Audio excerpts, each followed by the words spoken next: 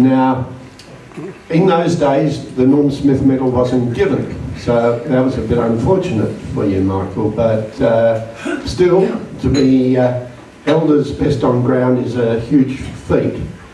So, married to Rita, 5 children, 9 grandchildren, somebody well known in the local community, so I give you Michael Green. Great.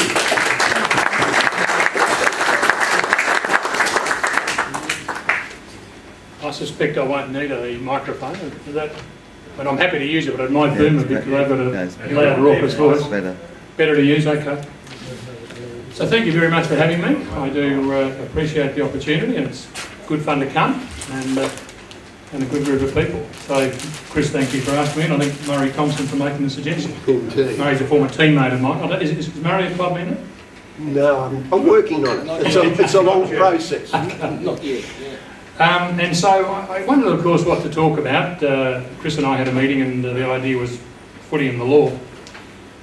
And I thought that could be long and boring, and therefore, how do I structure this to make it interesting? So I spoke to one of your members, actually, Robert Kerr, who's sitting in the back there, and said, Robert, send me a few questions to help me get a structure together for this talk. So if the talk goes well, you'll know it's been my preparation and hard work. If it's boring and not goes well, Robert Kerr's your man out the back there. So anyway, as I say, so I've got Robert's questions here, and I put a few notes together about how I'd answer them. Robert asked, first of all, why did I choose Richmond as a club to play at?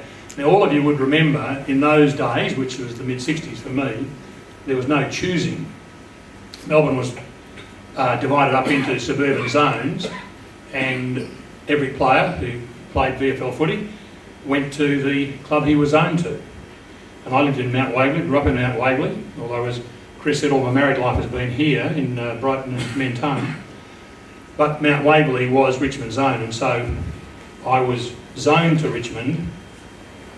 How I actually got there was in school holidays one year when I was a 15-year-old, I played a game for the local side, Mount Waverley, in the under 17s actually, with a mate, kid who lived across the road. And I think Mount Waverley must have said to Richmond, you should have a look at this kid, he lives in your zone and he looks like he's okay. So from there, I then actually, in my school holidays, as each year, when I was in year 10, I played Richmond under 17s. Now, in those days, some of you may have been familiar with, there was a comp called the Melbourne Boys League, not connected to the VFL, but most of the VFL sides had teams in the Melbourne Boys League. And so in intermediate, I played in Richmond under 17s in the Melbourne Boys League. Leaving under 19s, and in my matriculation year, I played in Richmond Reserves in, two games each school holidays. And so I was a Tiger player from the time I was about 15 or so, and happily so. A nice piece of coincidence, my father is one of 9 children, or was one of 9 children. My grandfather was a tram driver, lived in Richmond. The 9 kids grew up in Richmond, therefore the family were all Richmond supporters and had their roots in Richmond, and so the coincidence of zoning me to Richmond was a nice piece of happenstance where the family all got together and got behind me and supported my uncles and aunties and cousins and the whole tribe of them. Finishing school, I went and did law at Melbourne University, and Robert asked me how did I combine footy and study. It actually worked pretty well for me, I think, because when I was studying, or possibly going to the pub occasionally, my first couple of years, not enough study, but in the last couple of years I studied pretty hard. And therefore having something away from footy can be so all engrossing and absorbing, and a lot of stress involved. Even back then, nothing like the coverage there is today, but even then, there were huge crowds, as you know, and plenty of coverage in the papers. I found it beneficial to get away from footy, don't think about footy, and think about law and studying. And so I thought it suited me to have a second interest and clear my mind from football. And I do wonder sometimes, how would I have gone today? I've got a grandson who plays for the Giants up in Sydney, and, well, just a brief aside, I mean, it's amazing. He was drafted, the draft of 2019. he was a high draft pick, he went number 10. He's an 18-year-old kid, never worked, he'd come out of school, hadn't worked, gets drafted. His starting salary, $100,000 a year. Not bad for an 18-year-old kid, is it? He's never worked. But I'm not sure it would suit me today to 24/7 think about football. I suspect it'd drive me nuts, actually. And so I was happy to play at the time that I played. I was happy to study and do my law degree at the same time as the first half of my career. Because in those days, as you would also remember, no one made a living out of football. Football was something we did in a semi-professional sense, but it was you had to make a living somewhere else. In my case, it was the law.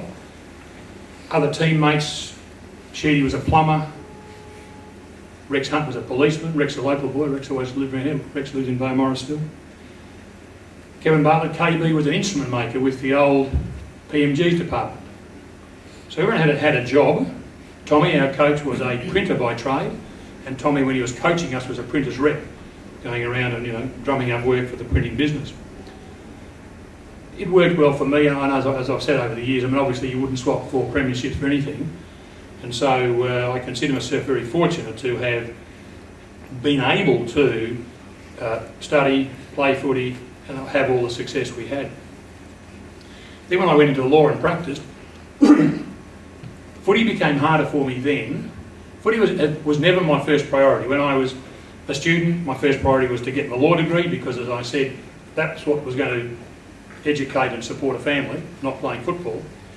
And then when I finished my degree and went and did my articles in 1970, footy became my third priority. In fact, at the start of 1970, in fact, the very first day, 1st of January, my wife Rita and I got married. Now, I suspect people who live in this area would remember Sarakoski's Hotel in the P&I, so plenty of you drank there and supported my wife Rita and all their brothers and sisters.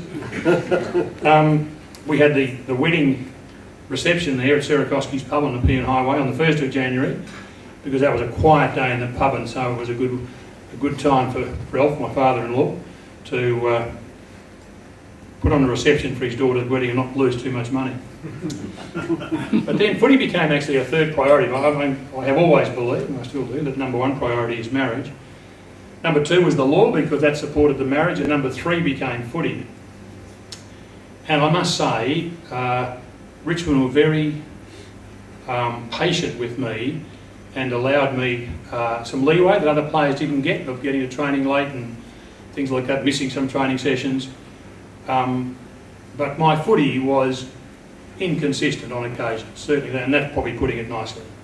They were prepared to put up with me because I gained the reputation during that 1969 final series, which Chris mentioned, of being a good player in big games.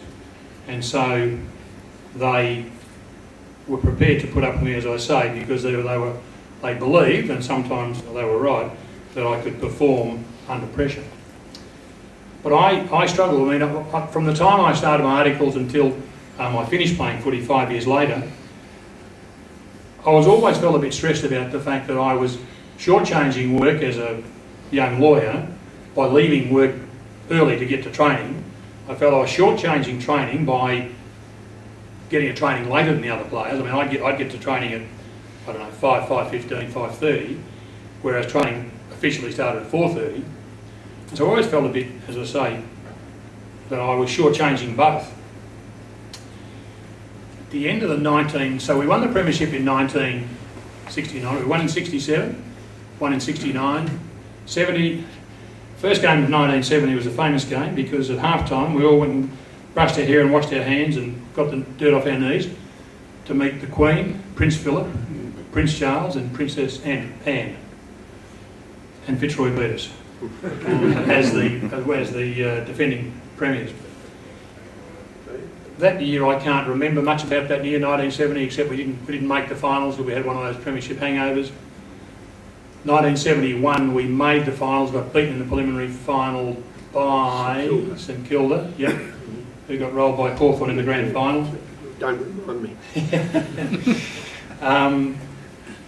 But halfway through 1971, excuse me, I basically mentally checked out because I couldn't at that stage we had our first child, and I was really struggling to keep all the balls in the air. And I thought halfway through 71, I can't keep doing this, I'll give it up. So at the end of 71, after we got rolled by St Kilda in that preliminary final, I said to Richmond, I've had enough, it's too hard. And at that stage I'm 23. But also, if you remember, I mean, it sounds ridiculous now to retire from footy at 23, but in those days there were guys who did law or did medicine and things like that, and did retire in their early to mid-20s to concentrate on their profession, because that's how they made a living. There was no living in footy. On that point about making a living, in 1969 we win the premiership. I can't remember whether it was an 18-game season. I think it might have been one of the years they extended it to a 20-game season, or the first year maybe the 20-game season. And at the end of the year, they, the little power in the Herald, the old Herald, saying 3 or 4 Richmond players a year played every game.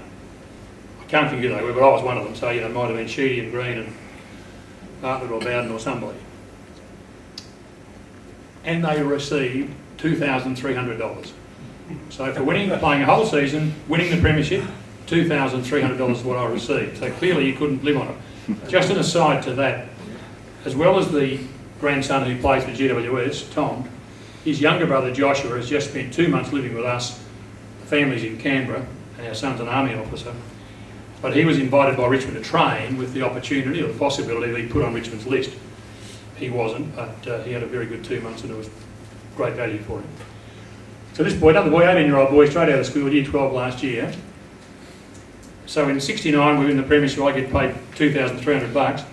This boy playing, training for Richmond for 2 months, $1,000 a week.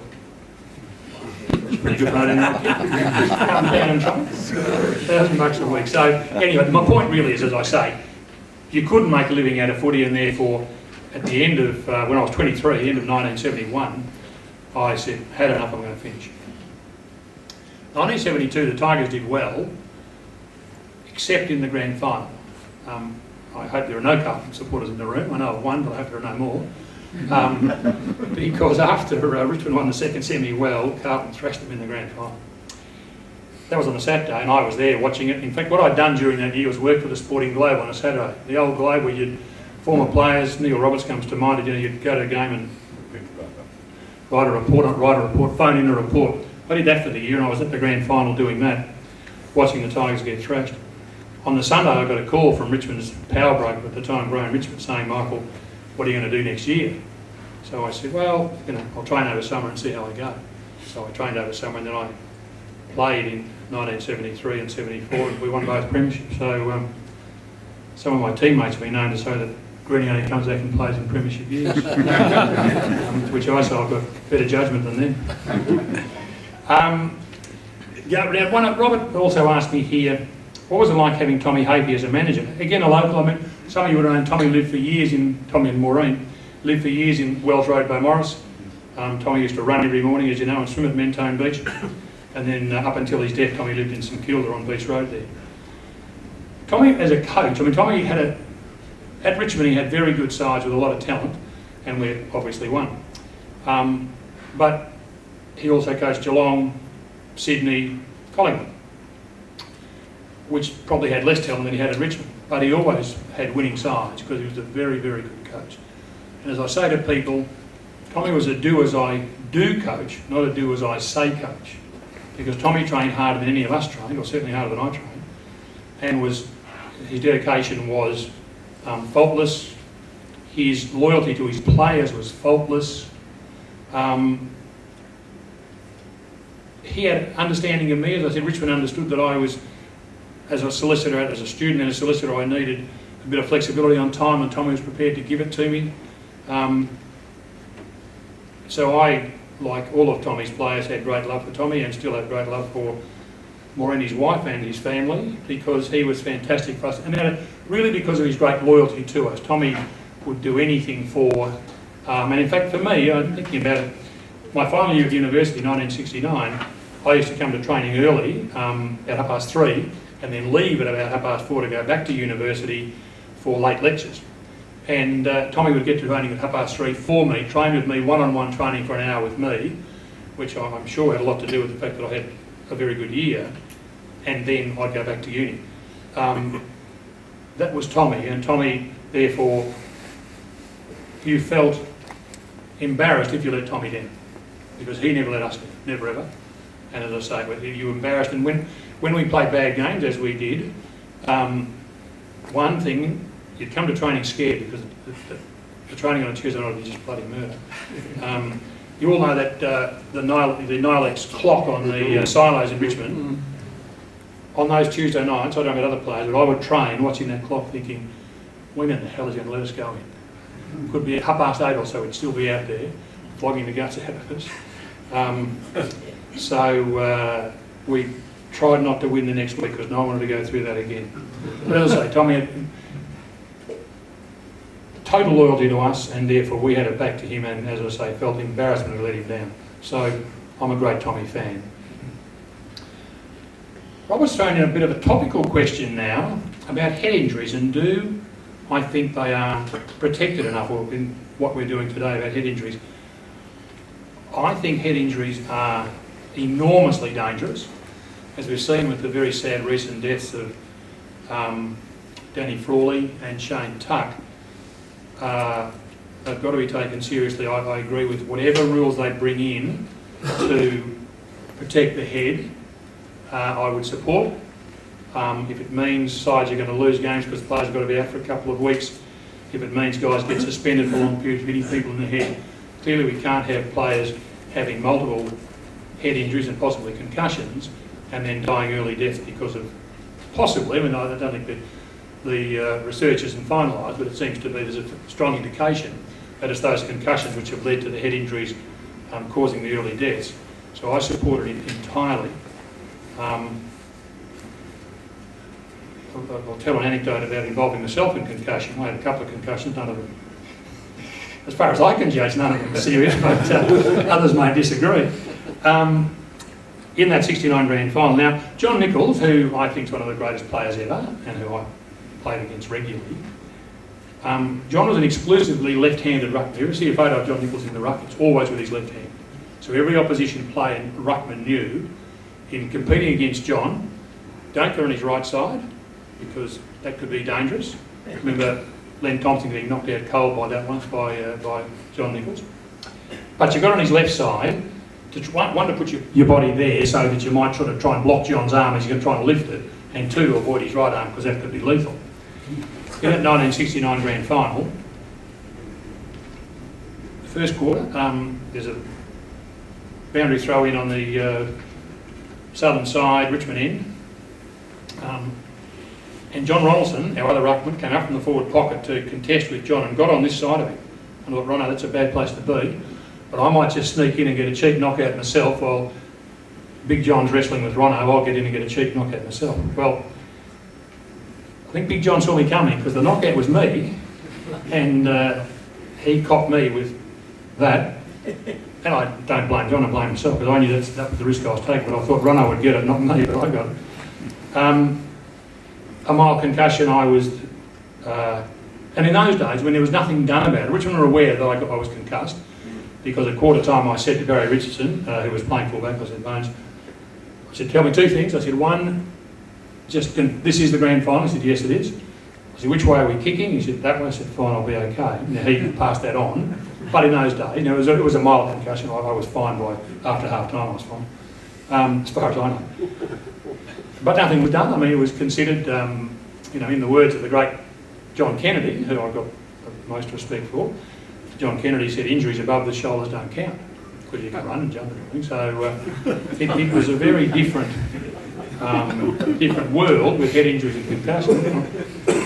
John Kennedy was a wonderful man, and but that was the culture of the time. I strongly support the culture of this time, that head injuries are not to be sanctioned, and I would give strong penalties to people who, even if it's accidental, because it's so dangerous and it's led to so much tragedy, as we've seen in the last 12 months or so. I have wondered over the years whether at some stage, because the culture up until maybe now has been, it's a macho sort of culture, get back out there and play, and it's sort of a badge of courage to be able to play with injury. as a lawyer, I thought, well, at some stage, people are going to sue the doctors, actually, who are prepared to send players back out, and they'll sue the AFL and they'll sue the club. Maybe someone did sue. Did John Barnes, who played Essendon and Geelong, he may have sued, I think. He's certainly an advocate about the head injuries because he's had head injuries and concussions himself. But no, I take it very, very seriously. I would ask me about being, I had the reputation of being a big game player. Why? In 1969, when we won the premiership, I was 21 and I was Richmond's main ruckman, and obviously I was coming into uncharted territories of playing in big games like that. And so I'm doing final year law. Barry Richardson, my teammate, is doing his final year of physiotherapy. So we're both up in Carlton. And during that final series, we used to go and have lunch once a week and talk about how to play in big games. And we reached the conclusion, which I think the Sykes today, all the clubs that got Sykes, of course, would agree with what we reached, which was the only thing you can control before a game, any of us control, we can't control the future. In a football match, you can't control how you're going to play, how many kicks you'll get, marks, goals, etc. Got no control over that. All you can control is your attitude, is your mind. And therefore the question became, for myself, and I'll say Bones because I can't, it's very hard to say Barry Richardson when I've called him Bones for 55 years. Therefore the question is, what should your mindset be? You want to be successful, and so we reached the conclusion that because you can't control those outcomes of kicks and marks, etc., success really means doing your best on every occasion. If at the end of a game you can look at yourself in a mirror and say, I did my best on every occasion, regardless of kicks, marks and hand passes, you've been successful. Regardless of the outcome of the game, you've been successful. And so that was my mindset going into big games always, was never to focus on the outcome of the game, winning or losing, never to focus on my own performance, but only to focus on my own attitude about trying to do my best on every occasion. Excuse me. And what I would do, my teammates never knew, we had a small room, probably about less than a quarter of the size of this room, where we met with Tommy, whiteboard behind Tommy on the other side, and us were on the whiteboard, and then Tommy would talk to us about it. In that room, sitting around, I would make a mental promise to all my teammates that I would do my best on every occasion. Now, they're not to know it, but I was doing it for myself. Because you can't maintain concentration unbroken for 2.5 hours with a period of a game, I would then mentally wipe the slate clean at each quarter time, half time and three-quarter time, and make a fresh commitment each time to get my mind back in order, to get myself back to just focusing on do your best on every occasion and to commit to my teammates to do it. And that worked for me. And so, yeah, I think if you think about the outcome of the game, if you think about kicks, marks, hand pass, what you want to do, think about your opponent, it can all become overwhelming, and particularly when papers are full of stories and TVs are full of stories, it can overwhelm you. So that was my way, and it worked for me. One thing I would say about premierships, I coached the Elsevierians in the amateurs for 2 years and won the premiership both years, once in B grade and once in A grade. And those premierships mean as much to me as playing in premierships myself. Whether it's, what used to be the old Federal League around here, whether it still exists, I don't know. If it does, it shouldn't. Speaking of head injuries, the Federal League, they go plenty of that. But whether you win a premiership in the Federal League, I remember some of my brothers-in-law, the Sierakowski boys, playing in one in 73 for Mentone, or whether you win a premiership at AFL, VFL level, all you can do is give your best, try your hardest, commit yourself, do all those things. And if at the end of that you get the results you want of a premiership, it's just as good being, Mentone in the Federal League as it is Richmond in the AFL. And so to me, the premierships I coach at the Elsevierians are just as important to me and mean as much to me as the Richmond premierships, and in some ways even more, because when you are a coach and you've got responsibility for initially, 20 odd people or your whole list of 40 or 50 people, and then a whole club behind that, it means a lot to you. And I remember, winning when the Old Zabs won the first or the second premiership, was their first A-grade premiership, people who'd supported their club for 50, 60 years were just ecstatic that they'd finally won one. And therefore to be a part of something like that, in some ways, I think is more satisfying than playing in them yourself. So wherever premierships occur, they're very special and to be cherished. And one of the nice things is, any of you guys who have played in premierships, I know some of you have, the friendships stay forever. Jeff here was telling me how his brother-in-law was a teammate of mine, Graham Bergen. Graham played in 2 premierships with the Tigers, a fantastic player, as tough a player as I've ever played with or seen. And it's just a joy to see Bergs and Ellison, Jeff said, because those friendships go on and on and on. And I'm sure whoever's played in premierships here, the same thing. They go on and on and on, and you love catching up with the guys who you play with. I certainly do. The legal profession Robert gave me next. Why did I choose it? Got no idea. I mean, as a 17-year-old, how do you know? And I suspect I was probably influenced by my father. As I said, he was one of 9 children. His father was a tram driver, so no money in that family. And I suspect my father probably wanted better for his children. And I suspect the law was something which he might have subliminally or not so subliminally suggested to me. I went to a school, of course, which pumps out a lot of lawyers, being Xavier. They send out lawyers and doctors by the score every year, or by the 100 probably every year. Yeah. And so there would have been a culture there where it would have been easy to go and do law. Maybe it suited me a bit, I don't know, personality-wise. Certainly, but it's been a very, very good profession to me. As Chris said, I practiced as a lawyer for the first 25 years of my working life, and then the last 22 or 3, I was what's called a barrister's clerk. So in all that time, I'm in the legal profession. Excuse me. And it was excellent to me. The legal profession, as I say, we've got 5 kids, and so we put them all through school and fed them. And I was going to say they're all off our hands now, but as you all know, sometimes are they ever off our hands? I don't know. Most of them are. So yeah, as I say, I think probably my father had a bit of pressure there, I suspect, because there's no history of law in the family. On my mother's side, my grandfather on that side was a bookie up in Cairns, North Queensland. He was both an SP bookie and an on-course bookie, so I think he made a quit of that bookmaking game. In the law, I didn't specialise. I was in partnership with Graham John, as Chris said, for 20 years. Graham, some of you may know, lives in Sandringham. He and I had a partnership which never had a crossword. I always put that down to Graham's even nature and good temper. And we are close friends to this day. I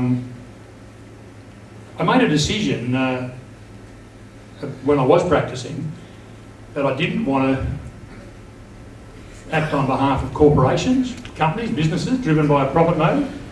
I was more interested actually to work for individual people.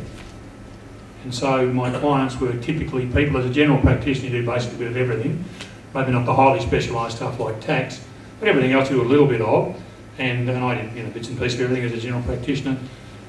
And the satisfaction was in helping people. That's where you get your satisfaction. If your clients, if you can help them through a difficult situation, be it a partnership dispute, be it a divorce, be it some criminal matter.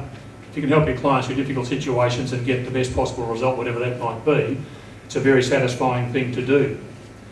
But never specialise. I was always happy to be a general practitioner. Robert asked me, did I use football contacts to get business? Not really. One guy who was on the Richmond coaching was very good to me, a man called George Jackson. George was CEO of a business called Swanson Brothers, a big plumbing firm that had their business, or their offices in Chapel Street, South Yarra. And George was very good. I didn't approach George, just he came to me when I went into partnership with Graham John, and then supported me. And I'm grateful to George forever for that. By a piece of coincidence, that was also the place where Sheeds did his apprenticeship and worked as a young plumber, Swanson Brothers and George Jackson. So George was, you come across in your life, don't you? We all do. Wonderfully generous people who help us. I remember reading a book called Outliers by a guy called Malcolm Gladwell. And one of the points he makes, one of the points in the book is about the 10,000 hours that all successful and champion sportsmen do, and other businesses as well. But his other point in the book was, Nobody's a self-made person. Everybody has had assistance from people along the way. And when I look back on when I retired as a barrister's clerk a couple of years ago, and they put a function on for me, and I thanked people, and I made that point. All of us get helped along the way, and when you look back and you look at the people who have helped us, the school teachers, the people in business, the people in sport, in my case I could name multiple people at Richmond who were very good to me, we're nothing but grateful. And I guess, one, grateful, and two, you hope you can do a bit of the same yourself when we get to the age we're all at now, and maybe a bit younger as well. It's very satisfying to try and pass it on a bit, isn't it, and try and help other people. So, yeah, I stand before as a very grateful person. Robin asked me, what's a barrister's clerk? Of course, in the time I was a barrister's clerk, I got asked that question all the time. What I say is, because it's easier to do it by analogy than by definition, it's similar to a sports manager or agent or a show business manager or agent. You work on behalf of barristers, they pay you a percentage, commission, for what you do. In the case of a barrister's clerk, 4%. The business has got two sides. One, you provide the back end of their practice. So all the administrative stuff they need done, you do for them. And you also are their agent or representative to the legal profession, to the solicitors around Melbourne, around Victoria, around Australia. And so it's got, as I say, the back office stuff you do and provide. It's also got the marketing agency representative side where you represent them and try to gain them work. When I started as a barrister's clerk, which was 1996, historically what clerks had done was take orders. They would sit by a phone and wait for calls to come and take orders. Someone would ring and say, can I get Barrister X to do a case next Thursday in the Williamstown Magistrates Court or in the Supreme Court, wherever it might be? And you'd say, yes, yeah, Barrister X is available, he can do it for you, or no, he's not, but Barrister Y is available and she can do it for you. And so you take the orders and pass them on. The list I took over at the time was quite small, 40 odd barristers. And so I thought to myself, and it's coming from the background I came from, and Footy's got a part to do with that, I guess, I prefer to try and make the phone ring than sit there and wait for it to ring. And so we started to do things which other barristers' clerks hadn't done. And I've been a lawyer all my life. I didn't have business skills or business knowledge, but it's not too hard to look around and see what business people do. And so I decided to do some of the things that ordinary businesses did. So the first thing I did was we sponsored solicitors groups. Now, solicitors have suburban groups and city groups where they meet once a month or once every 2 months, have a dinner. One down here meets at Bentley Club up in Bentley once a month. Selena Roth in Brighton is the president of the Southern Solicitors. I'm thinking of the secretary, I do know. Anyway, I'll keep going. Some of you would know, I'm not sure. And so I sponsored that group. I said, I'll pay you some sponsorship money if my barristers can be the speakers at your monthly dinners to get exposure for our barristers. And so we sponsored that one. We sponsored Eastern Suburbs, Northern, Northwest, etc. And then I thought, gee, this is actually working. I could see it was working. I was at a dinner at one stage, looked around the room and I realised a dozen people in the room were briefing our barristers because they'd come across our barristers as speakers at their dinners.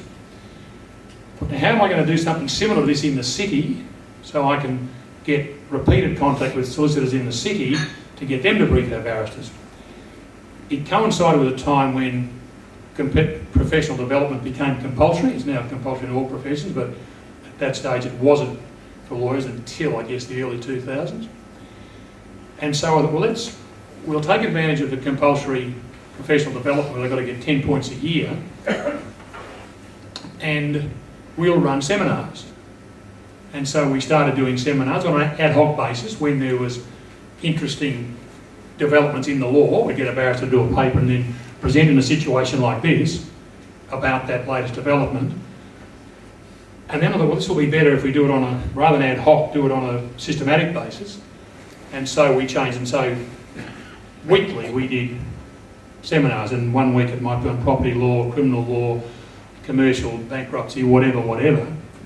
And they got to a stage where between 50 and 100 solicitors had come a week, depending on what the topic was, and we therefore built our list and built its profile, and obviously made other clerks then follow what we were doing and made it a more business-like approach, which obviously it should be. The latest thing that is still happening about it, and I'm involved in, not even though I'm retired, is the List Does podcast. So if any of you are interested in the law, if you don't find it that boring, we do podcasts where we call Lives in the Law.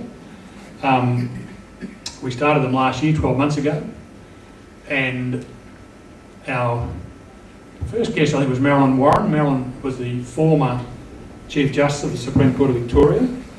By a coincidence, her father's a rabid Richmond supporter, who I used to take to the fun. And lived down this way, Aidan Warren. Aidan lived in Bluff Road, Black Rock.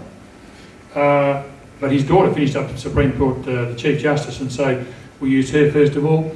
Michael Duffy, I've come across Michael. Michael is a former Attorney General of the Commonwealth.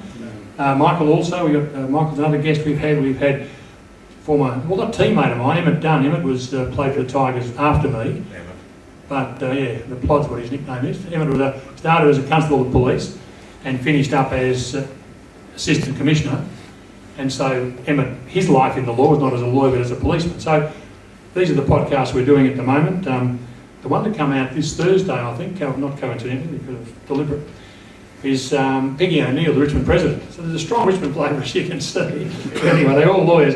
Peggy O'Neill started off as a lawyer in a mining town in West Virginia in the States. And so then she came out here and she was a partner of big firms here, and she's a specialist in superannuation. But interesting story. So that again is a way of lifting the profile of my old list of barristers, Green's list. I'll say with a little bit of skiting here, but when I started it was 40 barristers, it's now about 240. And so we attracted good barristers to come and join our list. It's a business, as I say, I was probably employing about 15 people to provide the services we provided. But I enjoyed it, it was interesting. I mean, after having been a solicitor for 25 years, to have the last 22 or 3 years of my working life doing something different like that was most interesting. And the best part of it was, in the idea of giving back, was mentoring young barristers, helping young barristers develop their careers. And it's a great satisfaction in seeing them come along and develop their skills and develop their practices and their businesses and become successful at what they do. So that mentoring aspect was the part I enjoyed the most. We're now going to get to, I always like these bits. This is corny, the next bit, so blame Robert, but it's a corny bit I like when I hear other people speak, and it is best players. I love hearing what people think, and in fact I ask people, in fact if I talk around here, I'll say to Peter Sherman, who's the best Collingwood player you've seen? Probably tell me Murray Wiedemann or someone.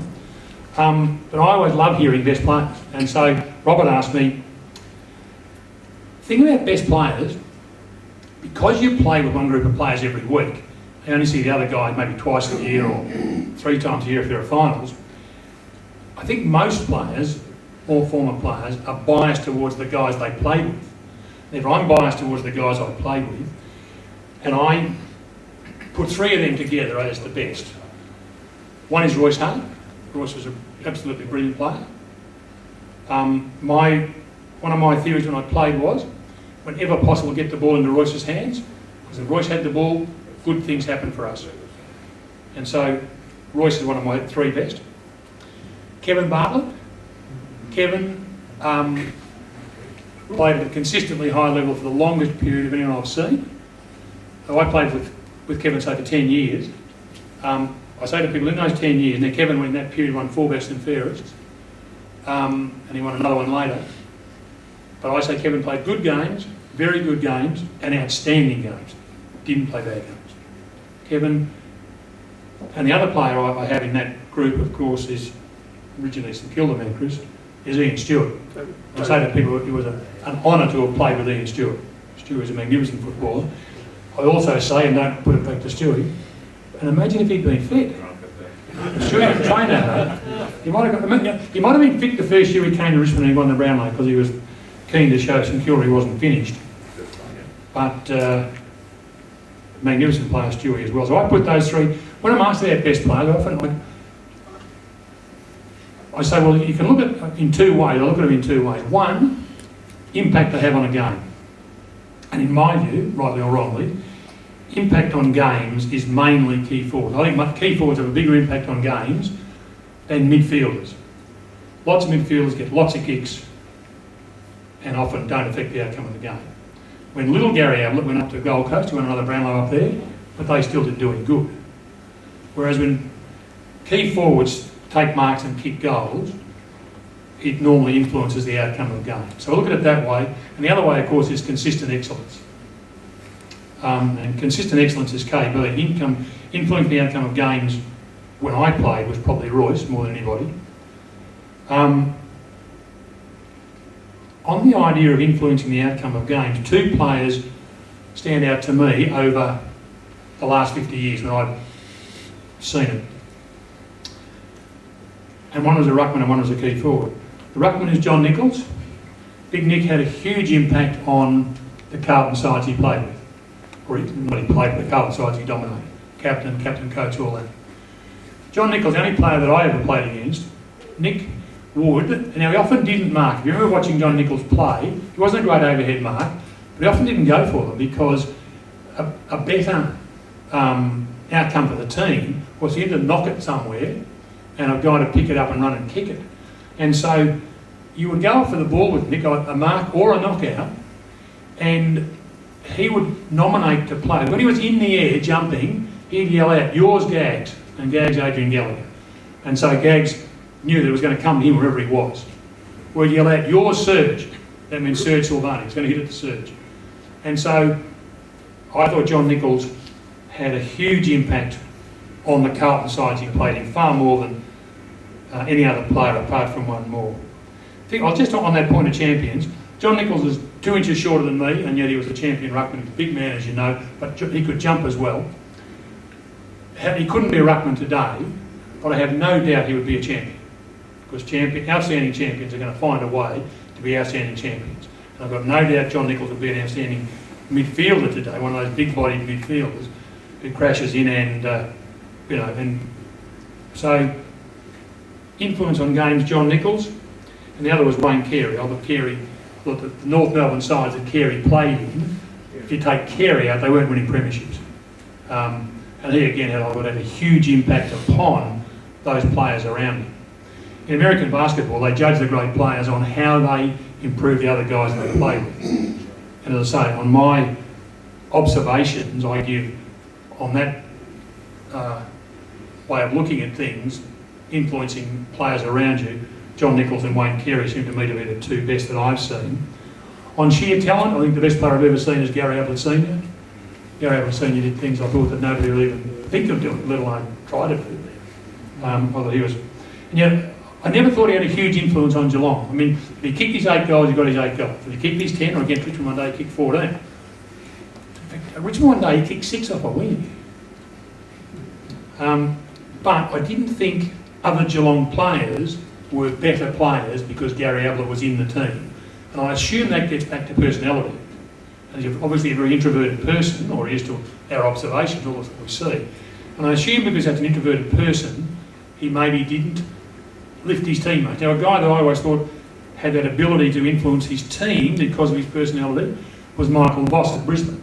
He always impressed me as a guy that his teammates were better because of him, and he had a personality that was a great leader.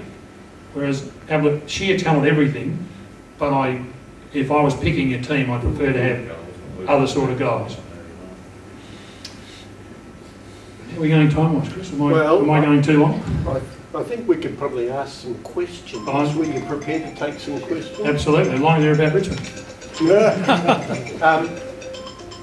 Michael, you served on the tribunal for a number of years, which I think is a useful role for a very experienced and good footballer, and B, a lawyer, and even more so today with the duty of care implications. But would you like to make any comments about the tribunal? Because we always know, they got it wrong every time.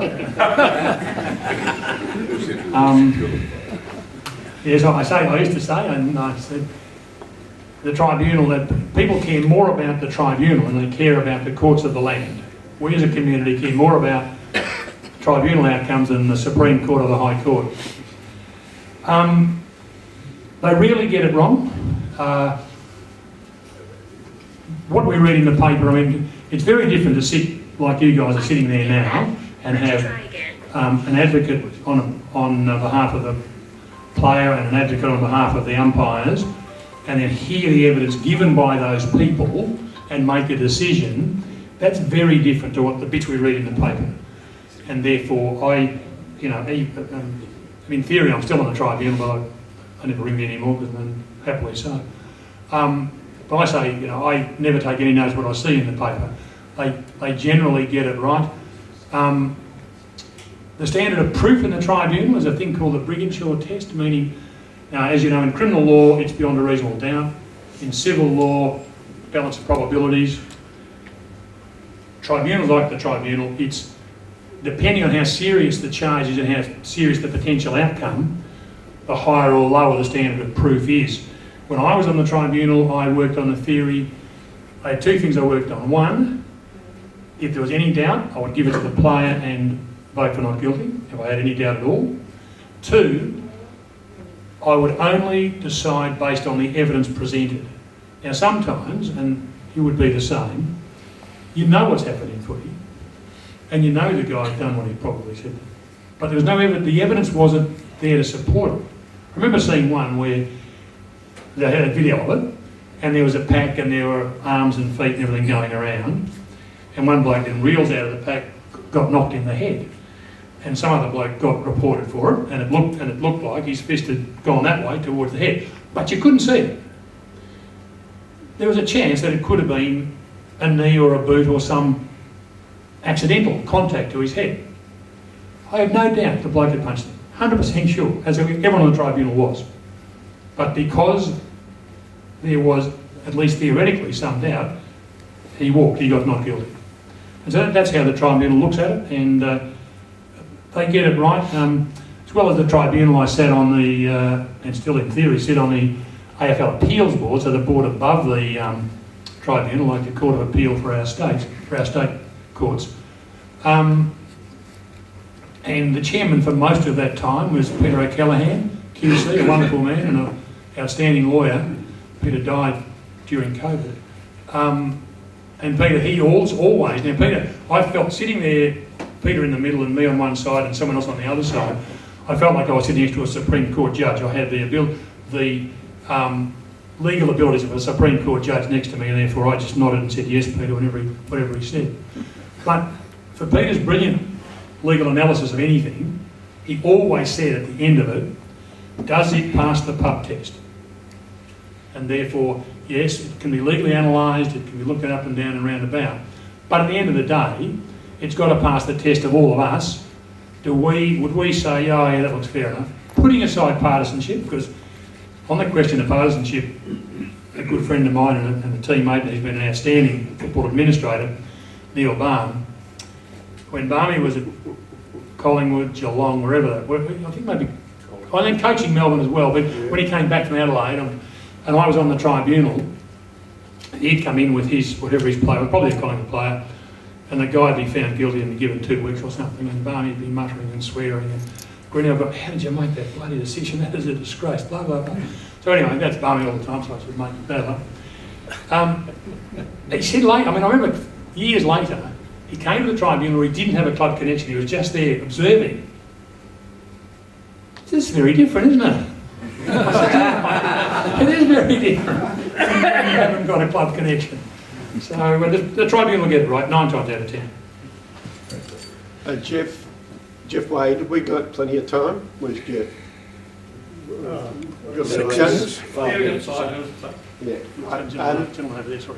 Right, Roger. Got a question for you, Michael, and I've been to the last every grand final since '56, and you've played brilliantly. The only one I missed was last year because it was in Queensland. Brisbane, yeah. But going back to the head issue, and I've got grandchildren that have played football or tried to play football. In gridiron, they all wear headgear. We had one of our grandsons in St Bede's wearing the headgear at one stage, but then he threw it away. He didn't want to do it because not many people in the team did it. You see, Everett, because we're losing a lot of potential footballers because their parents say they're going to have head injuries, and we don't want that to happen, and now we're starting to see more analysis of these people. What do you think about the opportunity of making it compulsory to wear headgear? Roger, as I understand it, and clearly I'm not a scientist, the jury's still out on the effectiveness of the headgear. I remember a good friend of mine, not a Richmond player, Paul Callery, Paul, a St Bede's boy as well. Paul wore it, as you know. Head injuries occur, as I understand it, because the brain inside the cranium, there's a gap between our brain and the bone, the cranium, and it's because with a concussive knock, the brain inside the cranium bounces back and forward and it's on the sides. That's what causes the damage to the brain. I think what they say is that helmets don't change that. That's my understanding.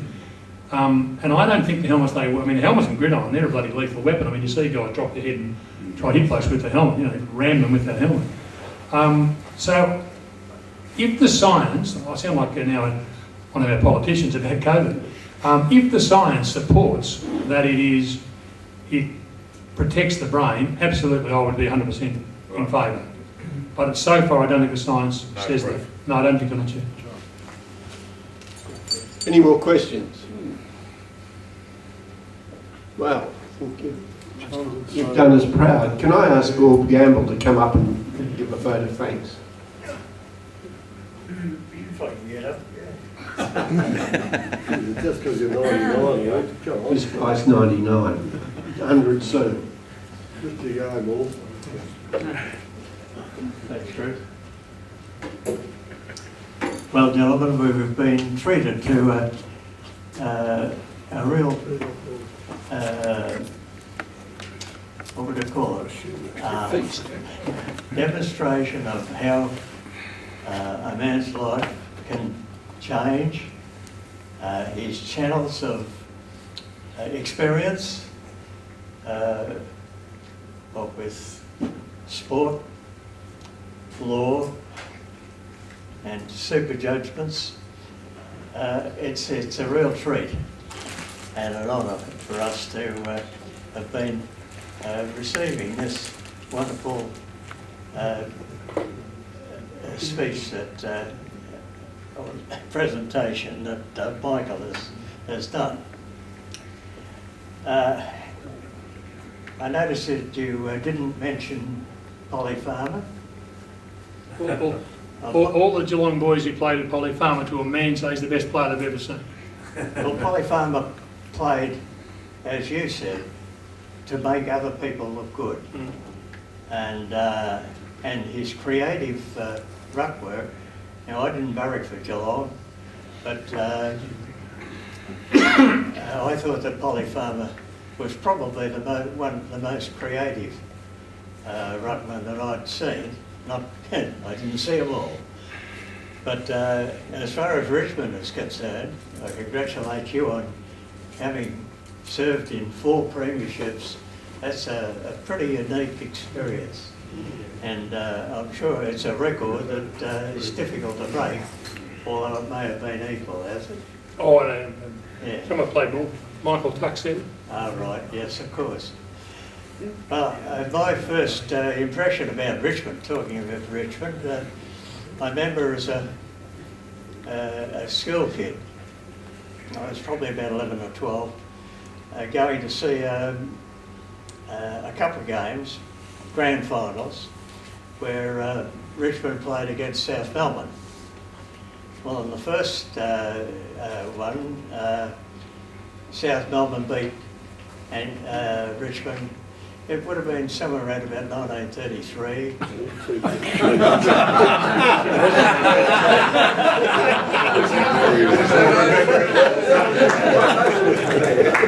And I thought Richmond were a great bunch of fellas because they got beat. But the following year, they came back and did the same thing in the grand final to South Melbourne. From there on, they were out on the outer. And we were too, Bob. Anyway, thanks again for your presentation today. We do appreciate it, and I, for one, am grateful for your presentation. Thank you very much.